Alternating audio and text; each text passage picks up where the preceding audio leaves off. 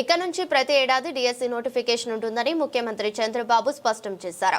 నిరుద్యోగులు ఏడాది డిఎస్సిలో క్వాలిఫై కాని వారంతా ప్రిపేర్ అవుతూ ఉండాలని సూచించారు. మెగా డిఎస్సిలో విజేతలకు ఉపాధ్యాయ పోస్టుల నియామక పత్రాలను జారీ చేసే కార్యక్రమం గురువారం రాష్ట్ర సచివాలయం సమీపంలో జరిగింది. కార్యక్రమంలో ముఖ్యమంత్రి చంద్రబాబు పాల్గొన్నారు. డిఎస్సిలో టీచర్లుగా ఎంపికైన 15,941 మంది అభ్యర్థులకు నియామక పత్రాలు అందించారు. అన్ని జిల్లాల నుంచి నియామక పత్రాలు అందుకునేందుకు కొత్తగా రిక్రూట్ అయిన టీచర్లు కుటుంబ సభ్యులతో సహా తరలివచ్చారు. ఈ సందర్భంగా ముఖ్యమంత్రి మాట్లాడుతూ సీఎంగా బాధ్యతలు చేపట్టాక తొలి సంతకం మెగా డిఎస్సి ఫైల్ పైన పెట్టాను.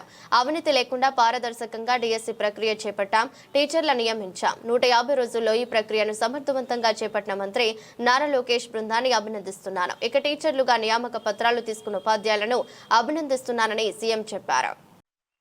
ఇప్పుడే లోకేష్ గారు చెప్పారు, మీకు భవిష్యత్తులో ప్రతి సంవత్సరం డిఎస్సి ఉంటుంది. మీరు ఎప్పటికప్పుడు ప్రిపేర్ కండి.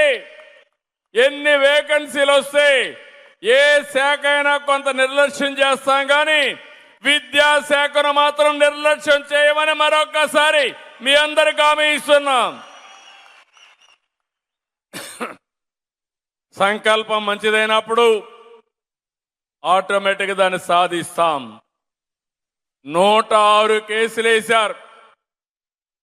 మన దగ్గర ఒక ప్రతిపక్షం ఉంది, చేతగాని పక్షం. మంచి చెయ్యలేరు, మంచి జరిగితే చూసి